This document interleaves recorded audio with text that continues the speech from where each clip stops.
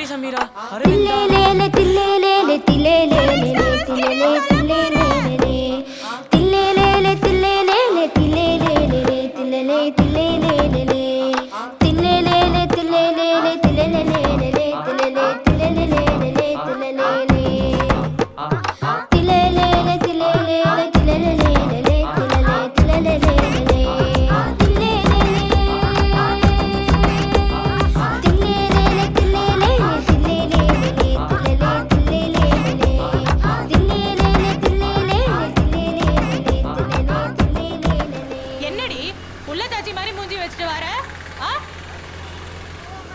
அது உண்மையா அக்கா?